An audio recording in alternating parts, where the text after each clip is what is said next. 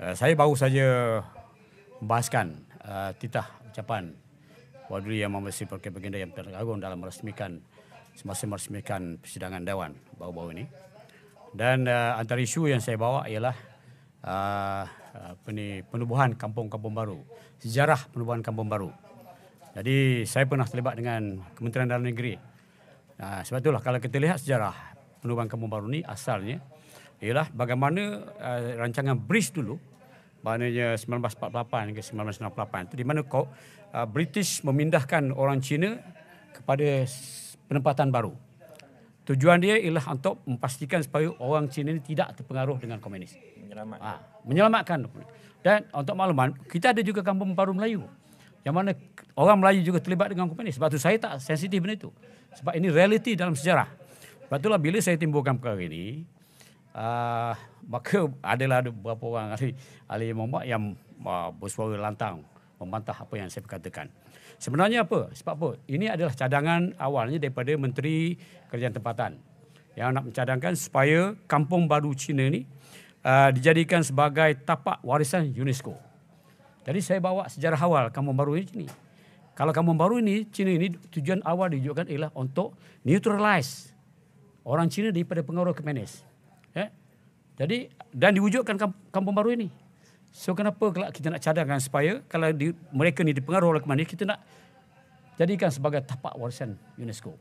Mana kalau kita cadangkan ini dan tapak warisan ini disetujui oleh UNESCO, bermakna kita mengiktiraf bahawa komunis ini berada di Malaysia dan orang Cina terpengaruh dengan komunis. Sedangkan kita tak nak itu semua. Kan? Sebab itulah saya timbulkan perkara ini. Kerana kita tak nak. Kita sayangkan juga orang Cina. Orang Cina macam orang Melayu juga. Orang India. Mungkin Jelutong dia tak ada kampung dia yang terpengaruh ni. Tapi orang Cina dan orang Melayu ada kampung-kampung Melayu dan kampung Cina yang terpengaruh dengan komunis. Ada juga Rashid Maidin. Melayu. Zahari. Bendahari.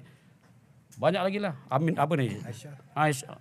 Jadi maknanya saya tidak sensitif di situ. Tapi kita nak menyatakan bahawa asal dia penubuhan kampung baru, perwujudan kampung baru ialah bertujuan untuk menyelamatkan kaum Cina daripada pengaruh komunis. Itu tujuannya. Sebab itulah saya dan ketika itu diiktiraf sebagai soalannya orang Cina terpengaruh dengan komunis. Jadi kita nak selamatkan orang Cina ini.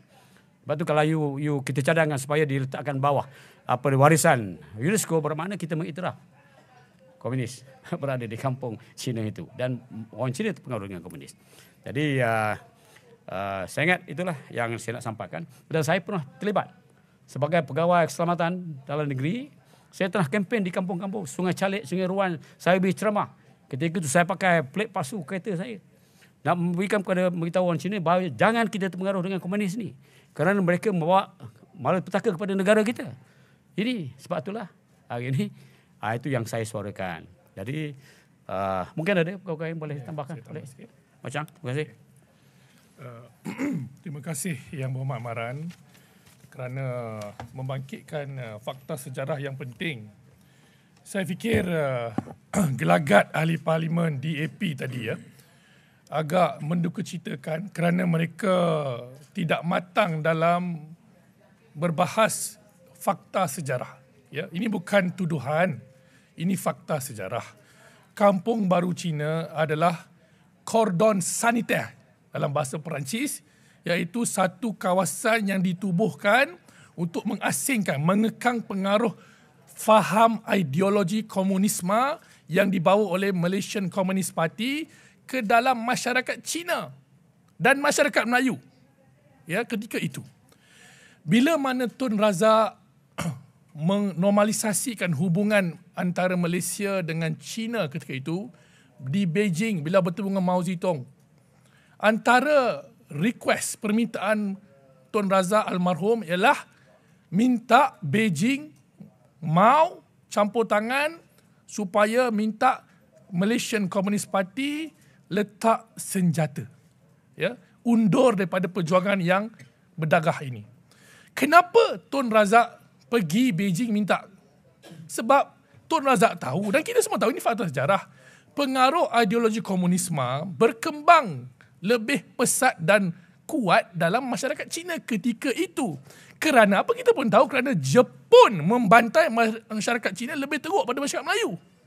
Jadi itu armed struggle yang berlaku di Malaya ketika itu. Jadi bila mana Maran tadi bangkitkan fakta sejarah, Yang Berhormat Berwas, Yang Muhammad Jelutong berasa emosional menggunakan peraturan mesyuarat yang tak apa-apa mengaitkan 3R. Sedangkan ini fakta sejarah.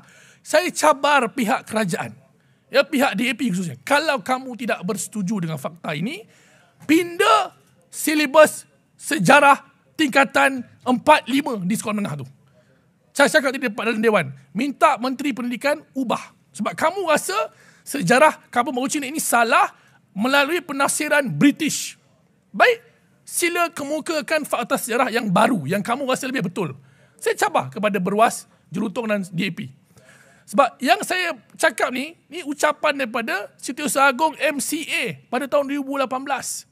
Di sewaktu sambutan ulang tahun 69 Datuk Seri Ong Kah Chuan, ya, beliau yang menyatakan, saya quote beliau ni, ya, bila mana Tun Razak pergi Beijing jumpa Mao Zedong, Tun Razak minta Mao campur tangan to stop communist menace in Malaya. But Mao tak setuju dan Mao kata apa? The armed struggle will fail. And it happened to be, they failed because of what? Because the government of Malaya then, under Barisan Nasional, yang mana Yang Berhormat Maran merupakan salah seorang pegawai kerajaan ketika itu yang terlibat dalam operasi ini, berjaya mengekang pengaruh komunisme. We starved the Chinese Communist Party, Malaysia Communist Party, Malaya Communist Party from all the resources through Kampung Baru Cina ini. Jadi ini fakta sejarah. Janganlah berasa emo dan cuba menuduh Maran dan pembangkang bermain sentimen 3R. Kita bukanlah kejam dan resis seperti yang digambarkan oleh Berwas dan Jelutong tadi. Jadi kami nak jelaskan di sinilah dalam sidang media. Jadi saya serahkan kepada rakan-rakan lain kalau ada nak tambah.